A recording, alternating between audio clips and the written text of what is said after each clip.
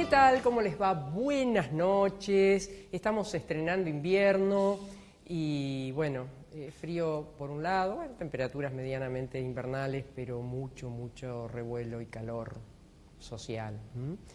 Mucho desorden, mucha patria herida, rota. Bueno, comienzo simplemente diciéndoles, antes de mostrar lo que tengo puesto y agradeciéndole a Ailén, que lamentablemente no hubo acuerdo acá en el interior, al menos en Santa Fe, y mañana vamos a tener 48 horas de paro de la Unión Tranviaria Automotor, no hubo acuerdo. Bueno, saben que me viste si supieras vida mía, muchas gracias. Esto ahora un clásico, un vestidito negro, pero con este poncho maravilloso. Lo muestro así, bien abrigadito para estos días, un pañuelo precioso, y los aritos de María Rosúa, ¿no, Marquinhos? Bueno, Ailén Couns está en Dorrego 911, 341-542-8348, y esos aros que usted está mostrando, bueno, el tiempo tiene una degradación con él, y lo importante, dicen, es mantenerlos alejados de la humedad. Y dejarlos ser. Exacto, dejarlos ser, que vayan evolucionando, y un pañito de vez en cuando para limpiarlos, pero lejos de la humedad. Bien, ¿y la cabecita por fuera, don Marcos? De Cecilia y Patricia, 341-6-3508-63. Bueno, gracias. Vamos ya a nuestro primer entrevistado, un querido amigo. Es Hugo Alconada Mon, es abogado, magíster por la Universidad de Navarra, visiting scholar de la Universidad de Missouri, becario de la Universidad de Stanford, de la Eisenhower Fellowships y de Naciones Unidas, la ONU. Es prosecretario de redacción del diario La Nación entre 2005 y 2009, fue su corresponsal en Estados Unidos. En la actualidad es columnista de The Washington Post en español, maestro de la Fundación Gago y miembro de la Academia Nacional de Periodismo. Ganador de múltiples premios nacionales e internacionales, participó en los Wikileaks, los Panama Papers, los Uber Files, entre otras investigaciones globales. Es el autor de 7 libros: Los secretos de la valija, 2009, Las coimas del gigante alemán, 2011, Vudú, Chicone y la máquina de hacer billetes, 2013, La piñata, 2015, La raíz de todos los males, 2018, Pausa, 2020 y Pausa 2, 2021. Su último libro, La ciudad de las ranas, publicados todos por Planeta, Hugo Alconada Mon lo presentará en Rosario en el marco del 33º aniversario de la Fundación Nueva Generación Argentina. Será mañana a la hora 19 en el auditorio de la capital, Sarmiento 763. El autor estará en diálogo con Diego Sueira, presidente de la Fundación Nueva Generación Argentina, y de Gaspar Gutiérrez, periodista del Multimedios La Capital. Gracias, Hugo. Un placer tenerte. Muy buenas noches. El gusto es todo mío. Lamento la luz rara que tengo. Pido perdón a los televidentes, pero bueno, me dieron una mano con esta oficina. Lo que pasa que vamos en el túnel de la historia y entonces la luz, la penumbra. Bueno, incursionaste en la novela. Era lo que te faltaba. Feliz. Vos sabés que yo guardo para mí, nunca lo hice, ¿no? Algún libro escribí, pero novela no. Pero guardo para mí que de alguna manera la novela es la frustración periodística. Porque ahí podés todo lo que desde el periodismo no podemos. No sé si lo digo bien. Pues has dado en el clavo, María Herminia, porque este libro se centra en una historia real, la fundación de mi ciudad, la fundación de la ciudad de La Plata, que por supuesto sirve como una excusa para contar tanto a la generación del 80 como a las vivencias de los inmigrantes, tus abuelos, bisabuelos, mis abuelos, bisabuelos. Y me encontré con una dificultad, que ¿cuál es? Hay piezas que faltan, hay piezas de rompecabezas que no están y no van a aparecer. Cuando queremos abordar, por ejemplo, la generación del 80, Roca, Rocha, Mitre, Pellegrini, Sarmiento, toda una generación de hombres y mujeres de aquellos tiempos, hay piezas que faltan. Te doy un ejemplo, María Hermini.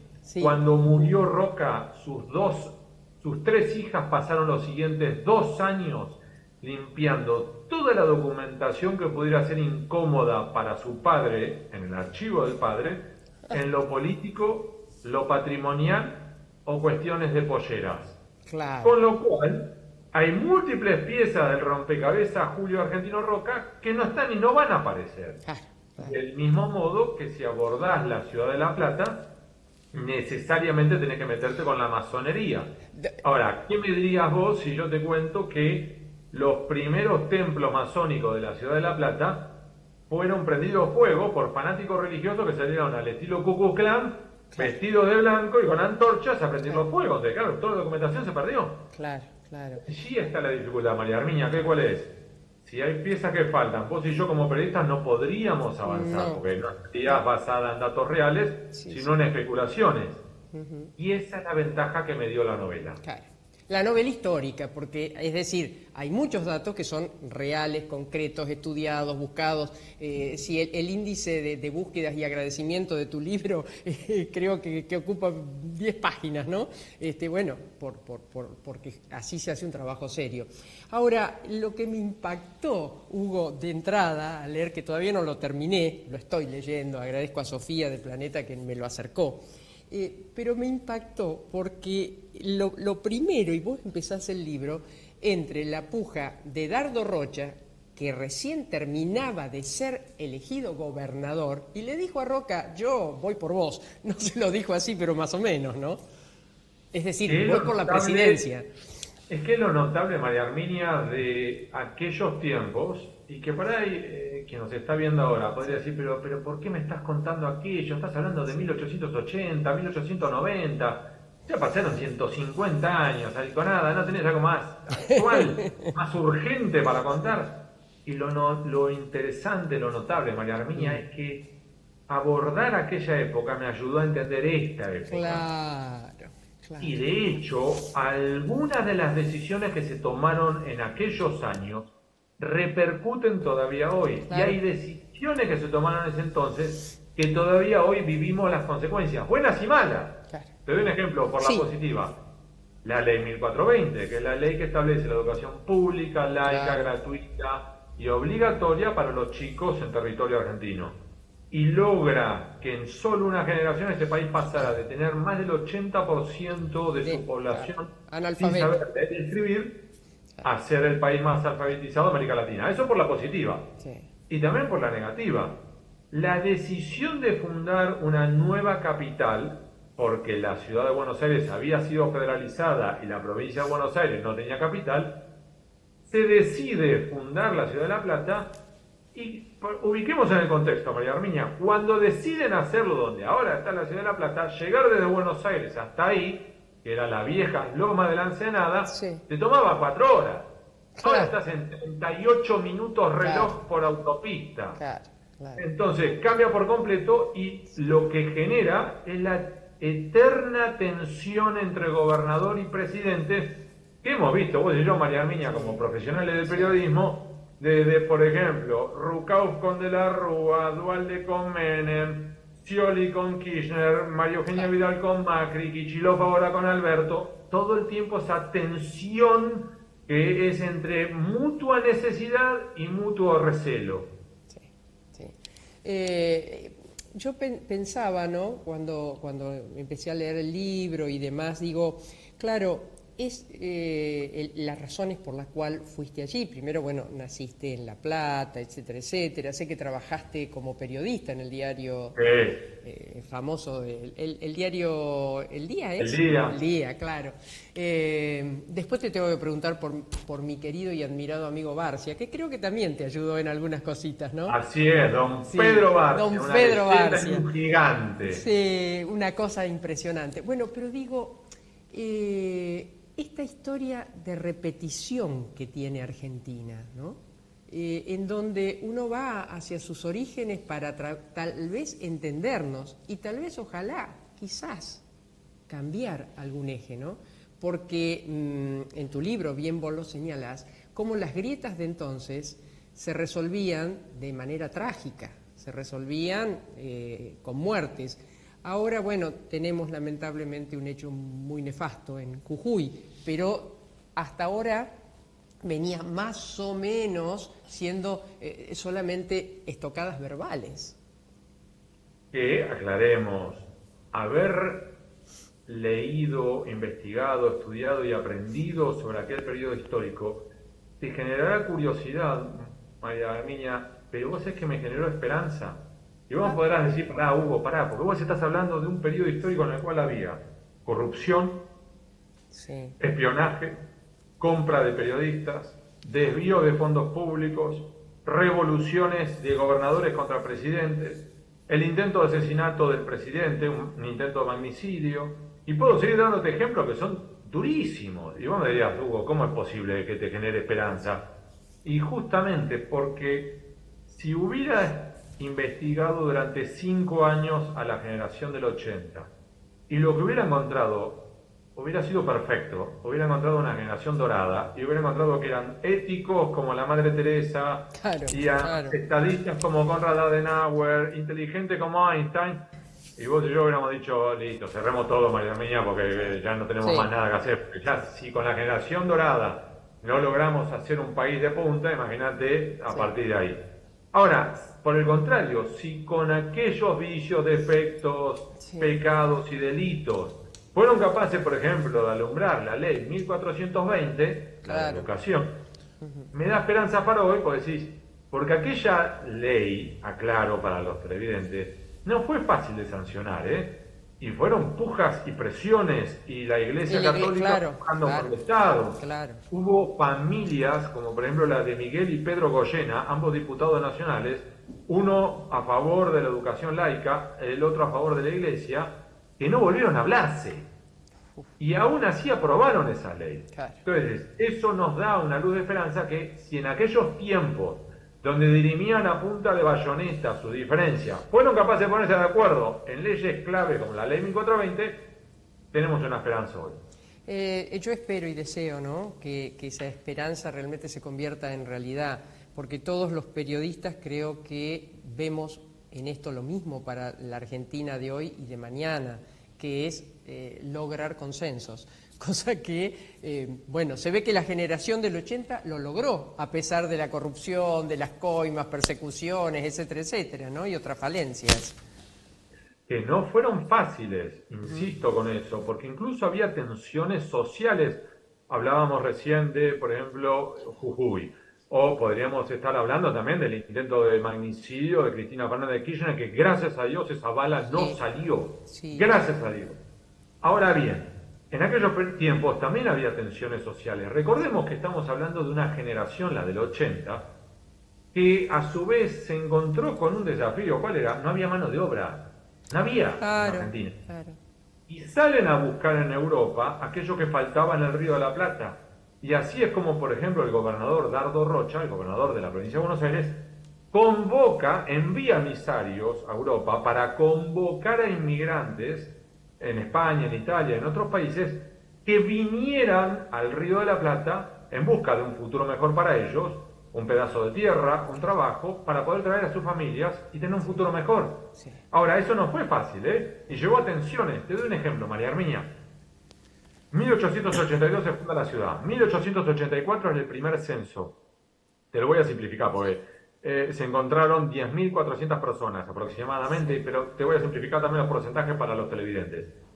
El 40% era italiano, el 20% era español, el 20% eran todas las demás nacionalidades que se te ocurran, todas. Y solo el 20% final era criollo. El idioma, la lengua franca que se hablaba en La Plata era el italiano. Los dos primeros barrios de la periferia platense fueron, escuchate esto porque es buenísimo, la Piccola Italia y la Calabria Chica. Estamos hablando, María Herminia, de un momento en que teníamos el régimen oligárquico conservador de, recordemos a los televidentes, del voto cantado y del fraude patriótico. Y si esos líderes de la generación del 80 permitían que tus abuelos, mis abuelos inmigrantes, votaran por una cuestión cuantitativa, perdían todas las elecciones. Entonces, ya allí surge una primera tensión política, social, laboral, en la cual los inmigrantes dicen, sí, yo vine de Europa porque yo no tenía para comer allá, pero vos tampoco me puedes utilizar de esclavo. Yo acá también tengo que tener algunos derechos. Y ahí están las presiones, y de hecho, la revolución de 1890, la revolución de 1893, la revolución de 1905, Claro. Son todas tensiones sociales que había en ese Claro. momento. Y cobra gran espíritu también a propósito de los inmigrantes, el anarquismo, el socialismo, porque claro, no estaban reivindicados sus derechos. Vos describís en una parte del libro una cena, creo que es la de Roca y Dardo Rocha, en una mansión que me llamó la atención, porque contás en el libro, no sé si eso es historia real, que habían, creo que cenado en el Salón Carlos III. ¿Cómo era la casa de Rocha? Bueno, ahí tenés un dato interesantísimo que nos obliga a nosotros a evitar los juicios anacrónicos. ¿Por qué digo esto? Porque tenemos que tener cuidado cuando trasladamos al presente datos del pasado, Claro. que casi piso el palito en una. Ah, Y fue María Arminia. sí, Cuando Rocha, que era porteño y vivía en la calle Lavalle al 800, va a La Plata para levantar La Plata, a lo que en ese momento eran las Lomas de la Ensenada, lo que surge es que su casa en Buenos Aires era el típico solar colonial, esa casa que parece una Sí. caja de zapatos, Sí. una sola planta, 2 ventanas piso techo, más una puerta central, 2 ventanas piso techo, ¿sí? Sencillita. sí, Va a La Plata y mientras que está en La Plata, a su vez los amigos de Rocha le construyen, María Arminia, si te muestro la foto, un palacio rococó de 3 plantas, Apa. con vajilla visigoda, pinturas de Rubens, lo que te imagines. claro. Claro, realmente a vos y a mí como periodistas, lo primero que preguntaríamos es, contame quiénes son esos amigos. Sí. Los ¿Cómo constructores. son tan generosos? Y naturalmente a vos y a mí, ¿qué nos saldrían? Claro. O son proveedores del Estado, Claro, son o lo quieren proveedores ser. del Estado, y esta es la devolución de gentileza Claro. y es el pago de dádiva, ¿o no? Claro. Y vos algo sabés de eso, ¿no? Pero al mismo tiempo, ¿y por qué digo que ahí casi piso el palito? Porque en aquellos tiempos, de acuerdo al Código Penal de Carlos Tejedor, entonces vigente, no existía el delito de dádiva, con lo cual nosotros estaríamos achacándole una responsabilidad penal a alguien que no. Claro. Pero en definitiva, vuelvo al punto. Estamos viviendo, en definitiva, hoy un periodo que tiene sus desafíos, como también en aquellos tiempos tuvieron sus luces y sus sombras. Claro. Y vuelvo al ejemplo, así como fueron capaces de alumbrar la ley 1420 de la educación pública, laica, gratuita y obligatoria, también sancionaron la ley 4144, que recordemos que es una ley que se sanciona por el régimen conservador cuando ven que los inmigrantes que vienen están reclamando sus derechos, tu abuelo, tu abuela, mi abuelo, mi abuela, y se encuentran con muchos anarquistas, con muchos socialistas, Claro. y esa ley permitía el deportar a todo inmigrante que a ellos les cayera antipático. Claro. Sin intervención de un juez federal competente, Chao. afuera y después te volvés para Europa. Claro, eso, en realidad la pregunta empezaba con esa parte, ¿no? Y con, bueno, un distrato, no tenerlos en cuenta ni siquiera en el tema de alimentos a tantos que trabajaban y esperaban el tren para que los lleven, para que los traigan. Ahora, la ciudad de La Plata, cosa que, claro, uno a veces no piensa, fue hecha de la nada. O sea, no es, Totalmente. por ejemplo, Rosario fue primero un villorrio, después se fue agrandando, es decir, los pobladores per se lo fueron haciendo. En el caso de La Plata, no, fue pensada, Porque estructurada. Fue fruto, María Arminia, Sí. de una necesidad que deriva en una oportunidad. Vemos otra vez el contexto histórico. Sí. Estamos hablando de 1880, venimos de peleas intestinas, guerras civiles, unitarios y federales, los autonomistas porteños, Carlos Tejedor que intenta pasarse de piola, hace una revolución, pierde, en un momento en el cual, recordemos, María Arminia, murieron 3.000 argentinos, cuando en ese momento había en la Argentina 1.200.000. Claro. Con lo cual, si hoy murieran más o menos 120.000 argentinos Claro. en una revolución. Claro. Y, en definitiva, cuando pierde Carlos Tejedor, retroceden los porteños y las provincias dicen, acá la oportunidad, federalicemos la ciudad de Buenos Aires. ¿Y eso qué genera? Por un lado, que la ciudad de Buenos Aires se convierte en la capital federal, pero terminate con una provincia de Buenos Aires que no tiene ciudad. Claro. Entonces vos decís, sos gobernador de la provincia de Buenos Aires, ¿y a dónde vas? Y ahí es donde Rocha ve, por el mismo lado, la necesidad, tengo que fundar una nueva capital, y a su vez una oportunidad. ¿Qué cuál es? si logra levantar una ciudad como gobernador, que sea luminosa, puede darse vuelta y decirle a todos los habitantes de la Argentina, hey, si como gobernador en 2 años levanté esta ciudad, imagínense lo que puedo hacer como presidente. Como presidente, por eso le dice a Roca. Ahora, claro, y ahí imagínate Roca, que podés achacarle muchas cosas a Roca, pero no que fuera estúpido, por algo le decían el zorro. Claro. Después, como viene la mano, dice, esto viene mal, porque si Rocha llega a ganar, esto es problema. Y cierro el comentario con esto. ¿Sabes por qué, María Armiña? Rocha cuando murió, por ahí Mocho lo despidió como el último porteño. Mira. Pero no el último porteño como el último de la fila, sino como el último como por antonomasia, el que mejor representaba el ideal porteño. Claro. ¿Y qué quiero decir con esto? Roca, presidente, comprende que el plan último de Rocha era, si llegaba a la presidencia, hacer un enroque, convertir a la ciudad de La Plata en la nueva capital federal y devolverle la provincia de Buenos Aires su ciudad cabecera, la ciudad de Buenos Aires. Y Roca dice, no, pará, momentito, porque entonces habremos sangrado para nada durante las últimas décadas. Y ahí es donde se pone la puja de poder entre Roca, presidente, Rocha, gobernador. Si el Dire lo toma al libro una vez más, quisiera preguntarte por la tapa, porque no sé si lo alcanzan a ver, es una foto en donde hay teñido en azul 2 o 3 personas, ahí y ahí. Quisiera saber quiénes son, por qué lo hiciste así, por qué señalas eso. Porque es un doble juego precisamente sobre una novela histórica, que es la combinación de datos reales con fantasía, con novela. Entonces, todo lo que cuento sobre Roca, Rocha, Mitre, Pellegrini y demás, eso ocurrió, realmente ocurrió. Pero a su vez combino con lo que hablábamos antes, la historia de los inmigrantes, la nona, el nono, esos hombres y mujeres que vinieron acá a forjar este país. Sí.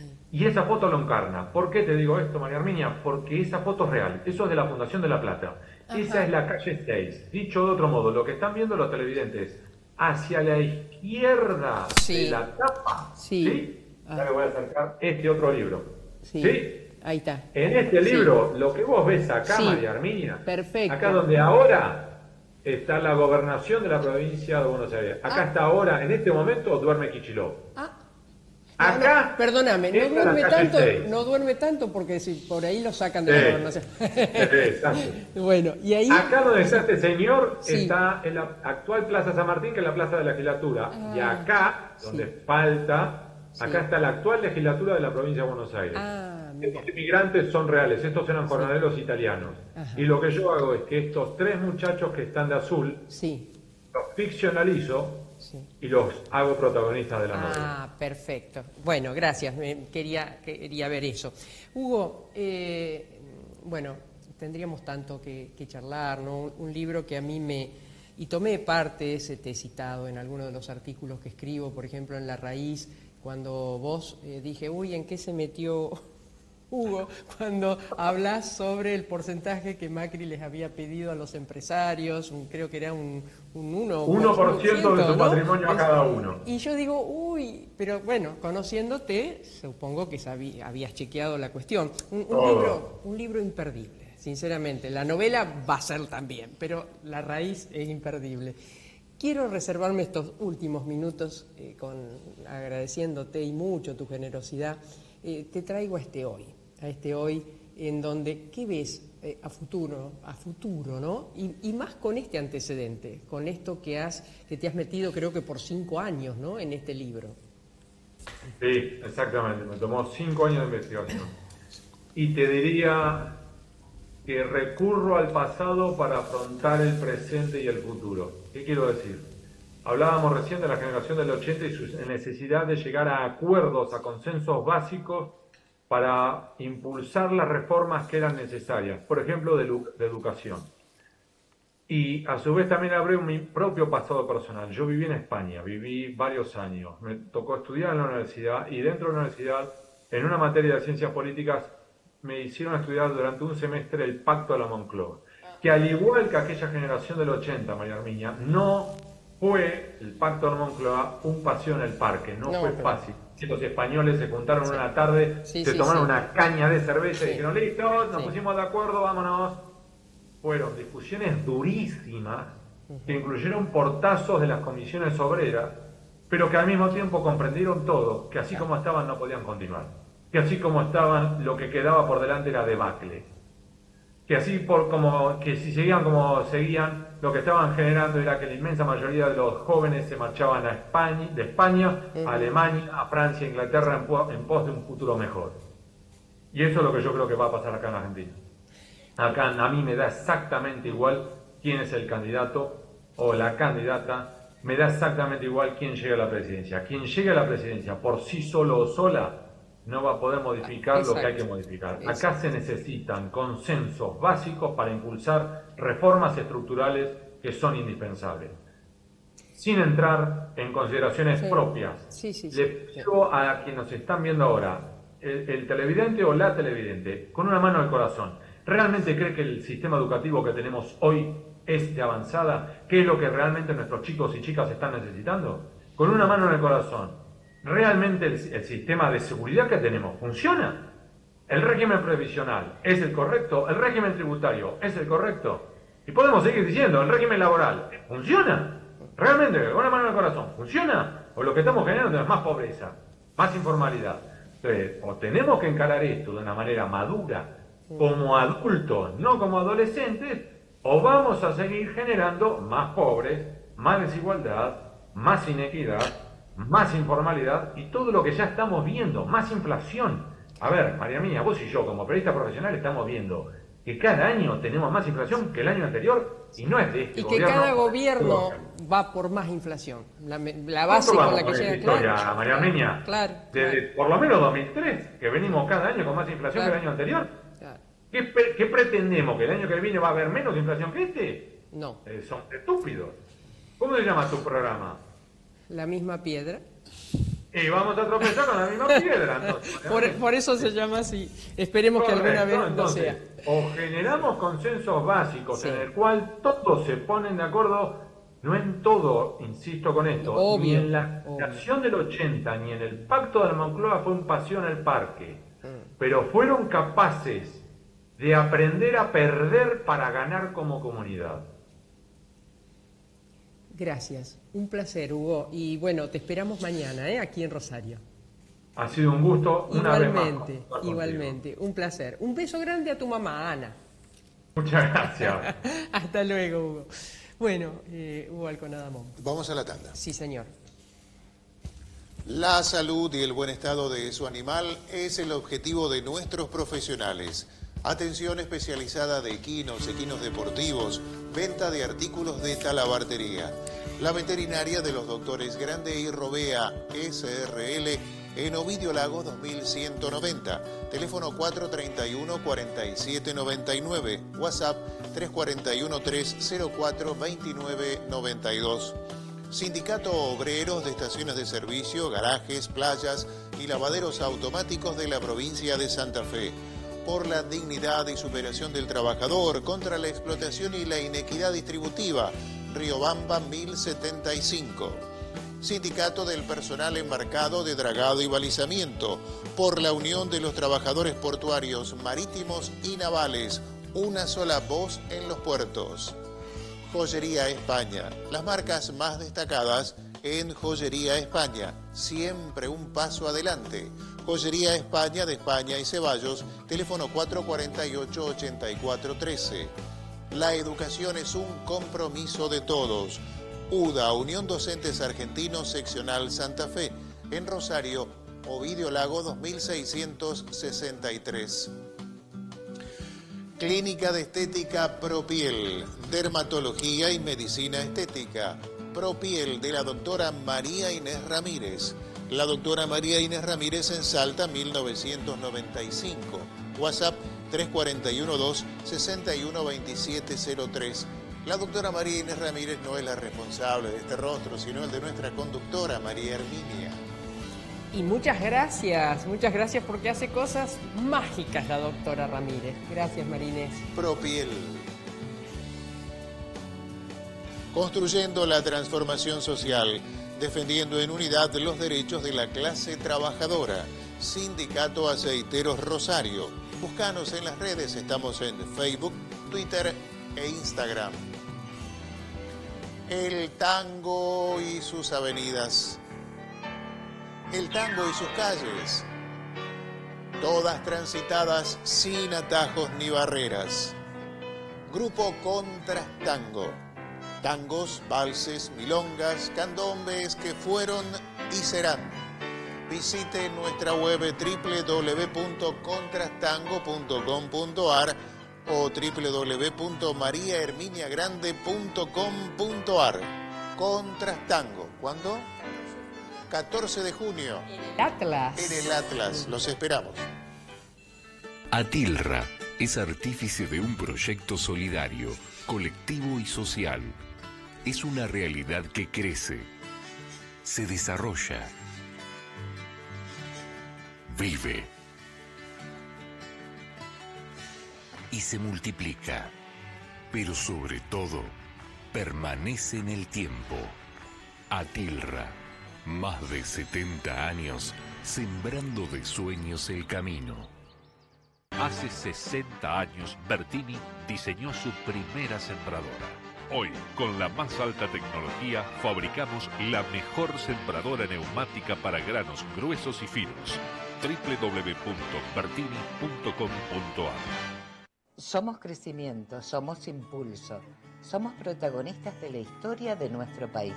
Somos Puerto, una ciudad donde se forja nuestra cultura, donde celebramos nuestros logros con pasión y orgullo.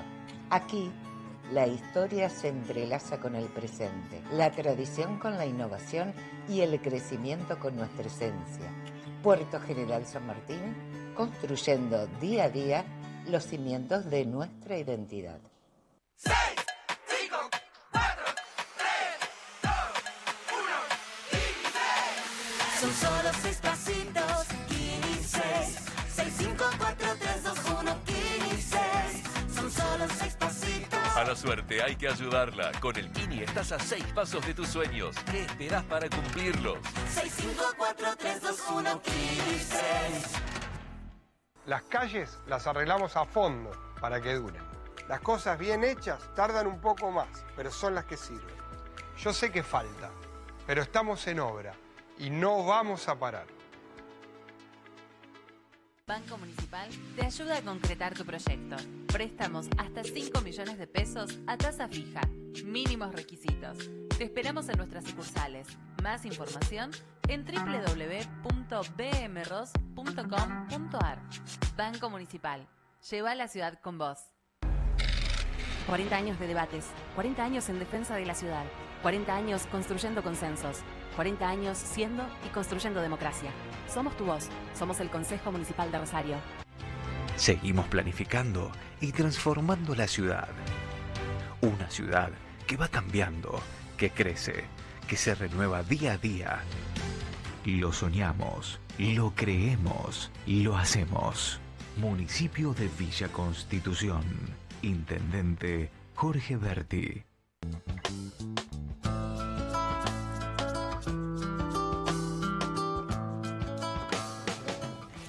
Bueno, muy bien, señor Marcos Marcelo Pereira.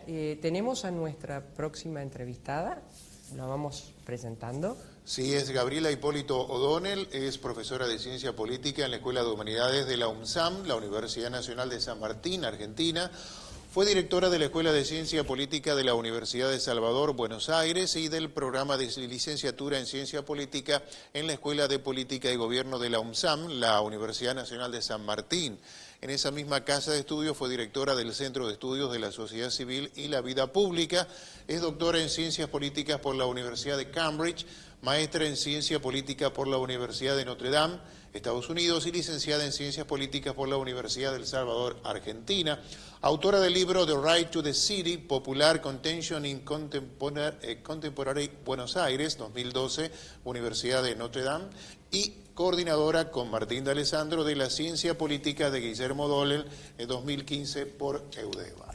Gracias, Marquinhos, y gracias, Gabriela. ¿Cómo estás? Tanto tiempo, qué alegría poder tenerte. ¿Qué tal, María Herminia? Buenas noches, ¿cómo estás vos? Bien. Muchas gracias por la invitación. Bueno, brevemente, Gabriela ha tenido, creo que el honor, ¿no?, de compartir su vida con alguien que en lo personal he admirado muchísimo, que es su marido, su compañero, Guillermo O'Donnell, el padre de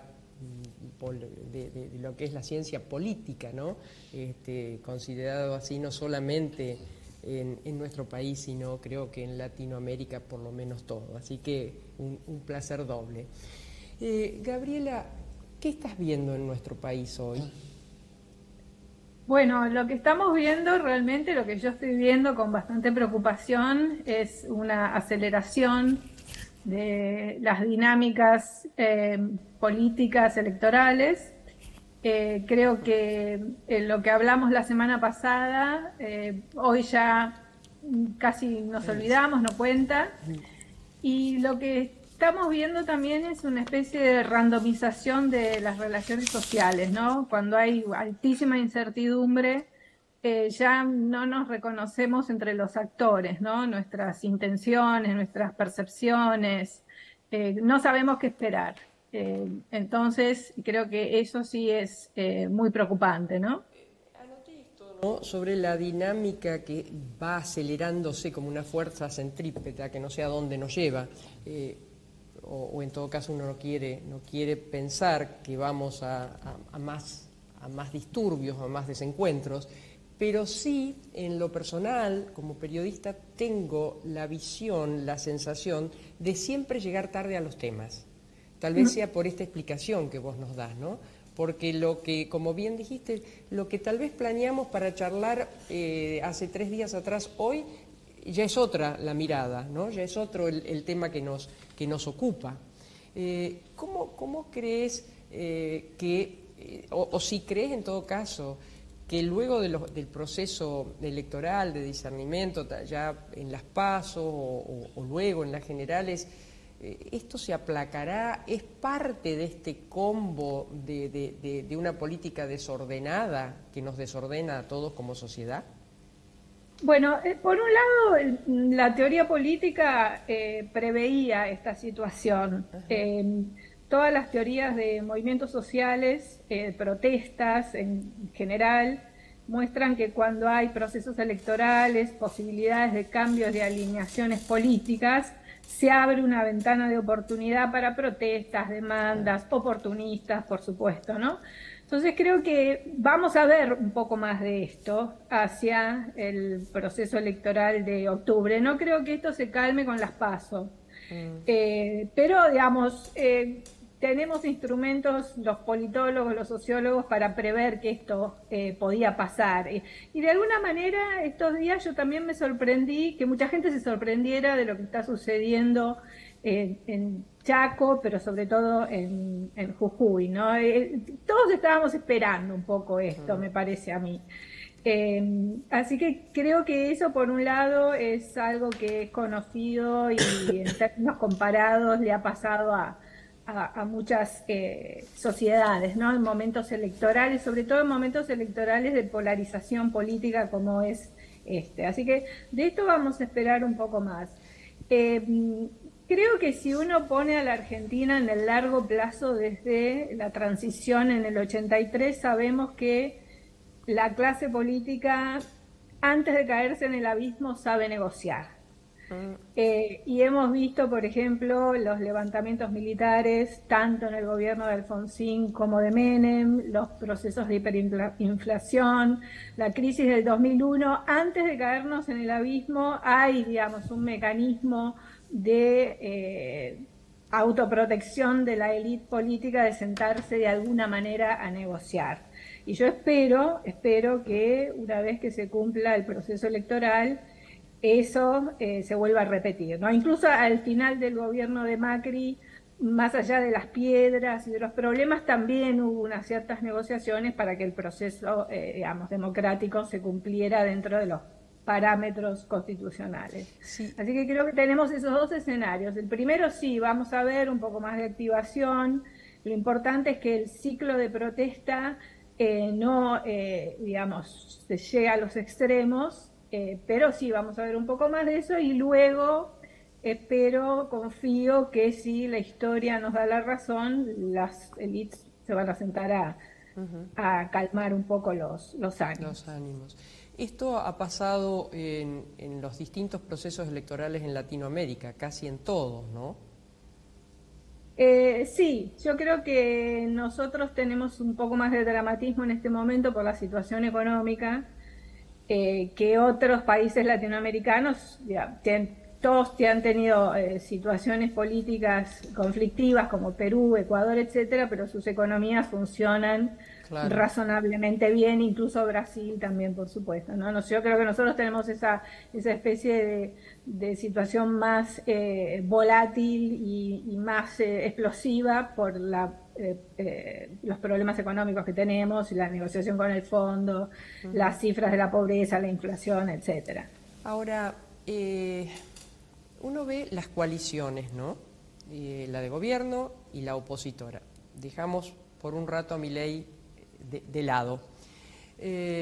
Uno ve tanto antagonismo dentro de las coaliciones que se pregunta nuevamente ante una posibilidad tal vez de que la coalición opositora podría llegar a ser gobierno, si no se repetirá lo que la coalición actual ha vivido, es decir, un presidente debilitado por su propia vicepresidenta, con procesos en donde creo que hoy mismo no se hablan, tienen dificultad Scioli para poder presentarse a las PASO, que en eso el presidente Fernández fue mantuvo esa posición.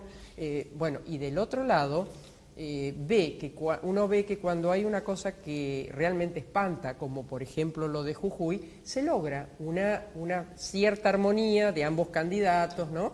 Y un documento en común, pero después no.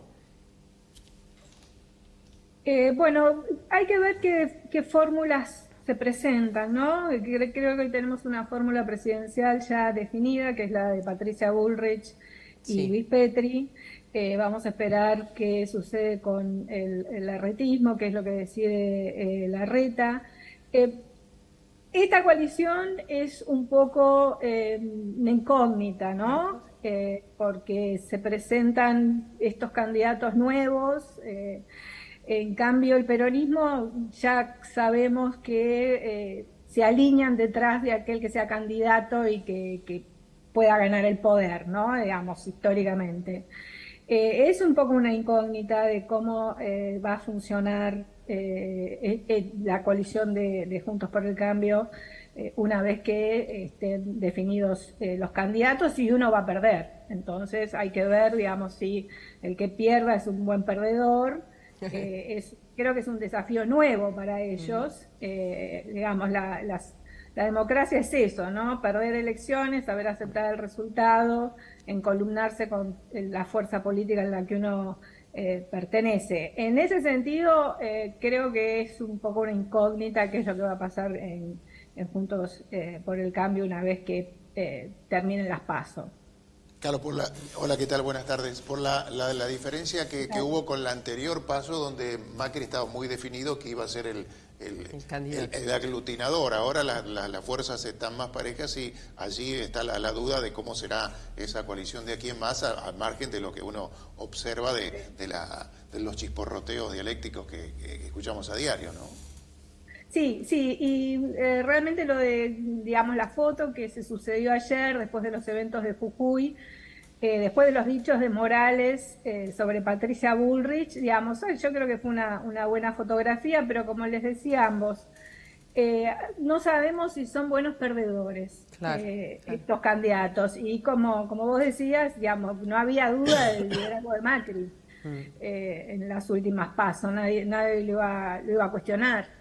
Entonces creo que en ese sentido una novedad de la política argentina es cómo va a reaccionar Juntos por el Cambio, los perdedores de Juntos por el Cambio, digamos, ¿no? Sí. Como se dice en la jerga, a qué ambulancia se van a subir los heridos que queden de esa derrota, ¿no? Y también me parece que tenemos que poner en este abanico de posibilidades lo que la gente realmente decida en este sentido. Yo no sé si hay una pequeña, gran o mediana proporción de ciudadanía que sigue muy detalladamente la interna, o sea, del larretismo, del burrismo, o como se llame, y si directamente todavía el nombre es la identidad que prefiere, igual para, el hoy ya extinguido Frente de Todos, ¿no? Y bueno, yo creo que además en este mundo digital, de todo es más rápido, las noticias son más rápidas, la gente lee menos, la gente es como decimos, no está tan pendiente, y lo que está contando y que se ve en la campaña son las frases, ¿no? Las frases cortas. Nosotros vamos a hacer, vamos a ver el caso de Bullrich, el gobierno del orden. Claro. Larreta apareció con el tema de la vida de la gente, le vamos a cambiar la vida cotidiana a la gente. Entonces yo creo que se va a basar mucho, en ese tipo de mensajes muy cortos, muy rápidos, y sí, la gente va a terminar decidiendo por la persona, digamos. Estamos en un momento de personalismo, ¿no? Gabriela, ¿y Milei qué? Y Milei, digamos, es un problema, porque no lo digo personalmente, pero lo digo como figura política. Sí, yo creo que él concentra la rabia, la desilusión, la bronca, y esto que te digo, lo rápido, ¿no? Sí. Él también tiene todas esas frases, ¿no? Juntos por el cargo, digamos, comunistas, keynesianos, la casta, digamos, casta. Entonces son todas pequeñas palabras que resuenan, ¿no? En la vida cotidiana de las personas, de los ciudadanos, de las ciudadanas, de lo que les molesta. Por el otro lado, yo creo que, digamos, es un fenómeno mundial este surgimiento de candidatos hacia la derecha y extrema derecha. Pero fíjate que Milei, digamos, no tiene las características de esas extremas derechas, por ejemplo, como en España, como en Italia, como los que están surgiendo en los países escandinavos.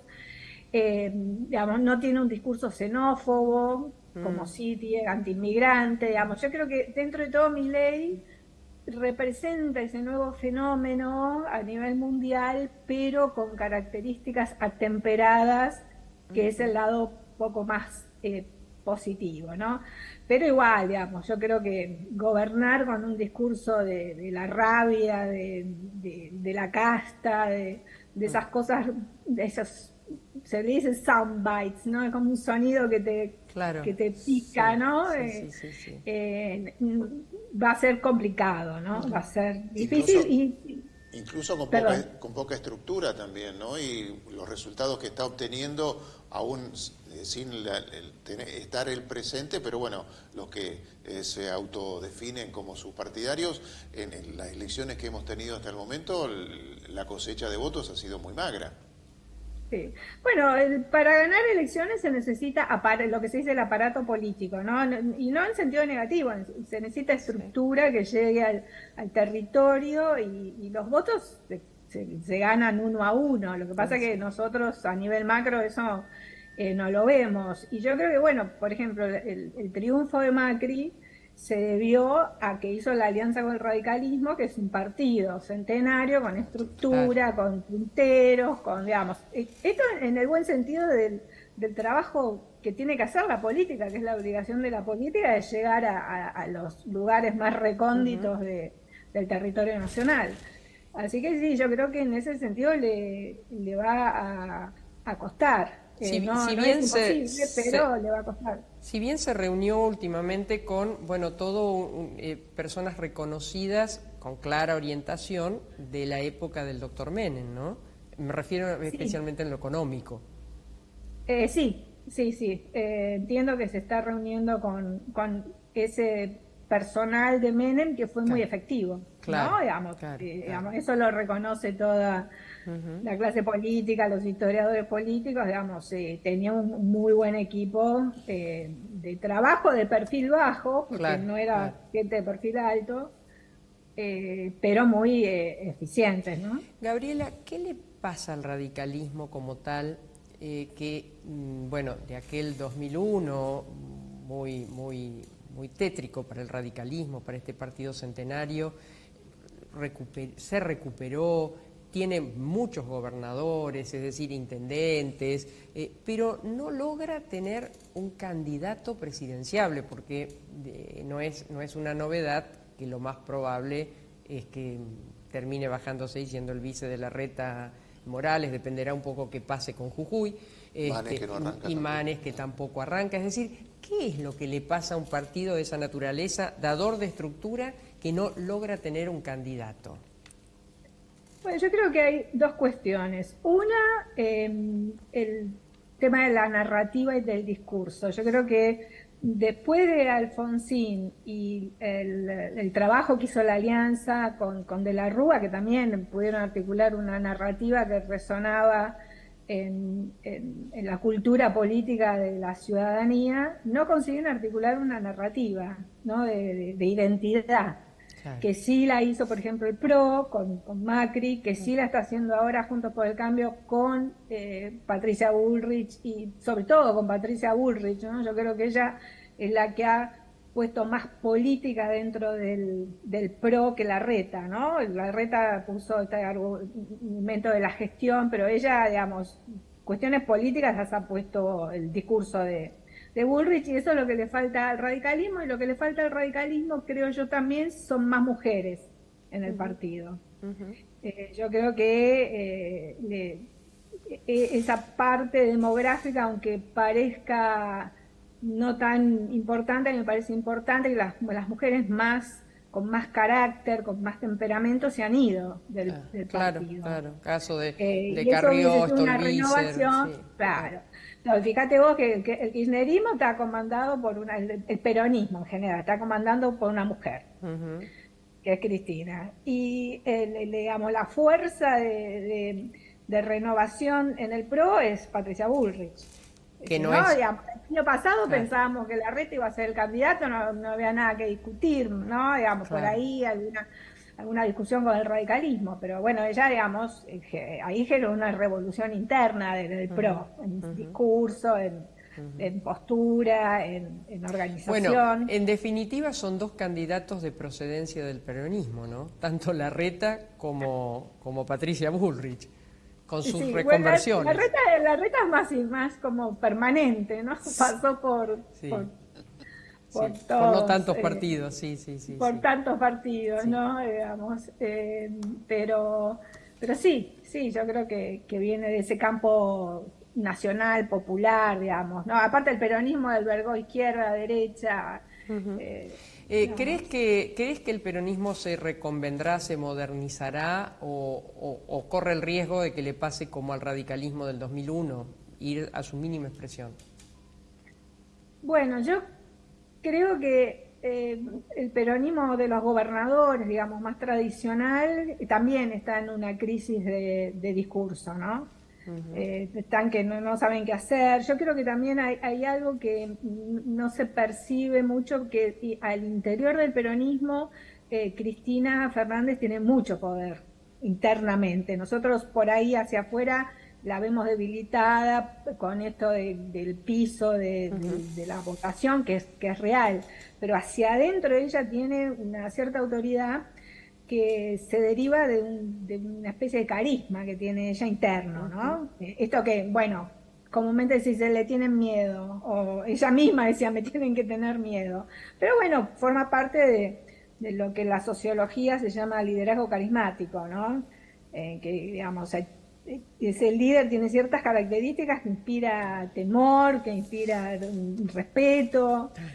Entonces creo que ellos también están en una especie de parálisis de qué es lo que tienen que salir a decir para, digamos, poder conservar el poder, porque finalmente estamos hablando de eso. Por último, ¿hay una frase que definiría este momento en boca de Guillermo O'Donnell, que recuerdes? Bueno, yo creo que él estaría muy preocupado por un tema que siempre trabajaba, que era el tema de las crisis. Y que esta crisis, que ahora es de gobernabilidad, nada más, todavía no llega a ser una crisis de gobierno, a pesar de todo, ¿no? Que esta crisis de gobernabilidad no se transforme en una crisis de legitimidad del sistema democrático. Claro.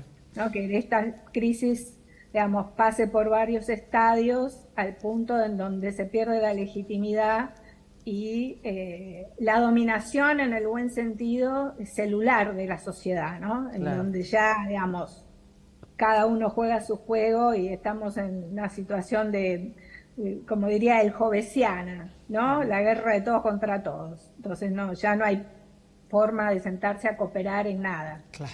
Entonces yo creo que eso estaría preocupado, que esta crisis de gobernabilidad no se transforme en una crisis de legitimidad de la democracia, no simplemente de un gobierno. Claro. Gracias, Gabriela, un placer enorme. No, bueno, muchas gracias a ustedes y espero que todo mejore para el bien de la ciudadanía. Muchas gracias, un cariño muy grande. Buenas tardes. Bueno, nos estamos yendo, un programa muy lindo, tanto con Hugo como con Gabriela, ¿no? Nos condujo. Mañana la ciudad de Rosario, bueno, sin colectivos, incluso con un movimiento sí, mañana está ese llamado social, un paro, pero en realidad algunos gremios realizan paros, otros movilizan, adhieren. Hasta la Bolsa de Comercio, un documento sobre el tema tremendo de la inseguridad, ¿no? La FIFE, todas las religiones, los universitarios, bueno, bancarios, todos en general, a partir de las 10 de la mañana, desde Oroño van hasta la Plaza San Martín, donde ahí solo se leerá un documento. Nos dirigió Ale Bofelli, el sonido de Lucas García, en las cámaras estuvo Oscar Ayala y Liliana Dalbos con la producción y coordinación. Bueno, nos estamos yendo, será hasta el próximo miércoles. Muchísimas gracias, hasta entonces.